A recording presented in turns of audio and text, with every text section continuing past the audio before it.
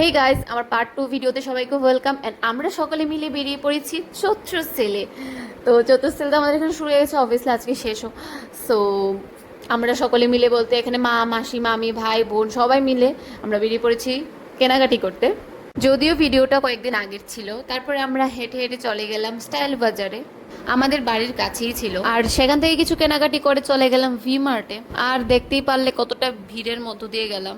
আর এখানে আমরা দুজন আয়নার সামনে দাঁড়িয়ে নাটক করে তারপরে বিল করে আর কি বেরিয়ে পড়লাম। তারপর বেরিয়ে রাস্তার মধ্যে কি কি হয়েছে সেগুলি একজনকে একজন বলছিলাম দাঁড়িয়ে দাঁড়িয়ে। গাইস, এ দিদি, এই পিঙ্ক কালার গামছাটা কত? 2000 only. Sale. গামছা only 2000. গাইস, সবাই চলে আসবে ওর দোকানে। ঠিক লক্ষ্মী বেকারির সামনে আছে। তোরে যে আমি বুঝলাম না, তো খাওয়ানোর দোকানের সামনে না, তোরে এমনি দাঁড় করে রাখছে। ওর এই কষ্ট আমরা দেখতে না পেরে ওকে খাওয়ানো হলো চপ।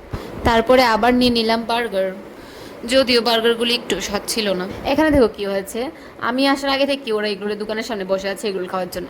দুঃখের বিষয় হচ্ছে গিয়ে মাও আসেনি, মাসিও আসেনি, মামিও আসেনি ওদেরকে এগুলো কিনে দেওয়ার জন্য। তো এখন আমরা খেয়ে নিলাম লেবুর শরবত। এটা খেতে এতটা টেস্টি ছিল, এক গ্লাস দিয়ে তিনজনে খেয়ে ফেলছি আমরা।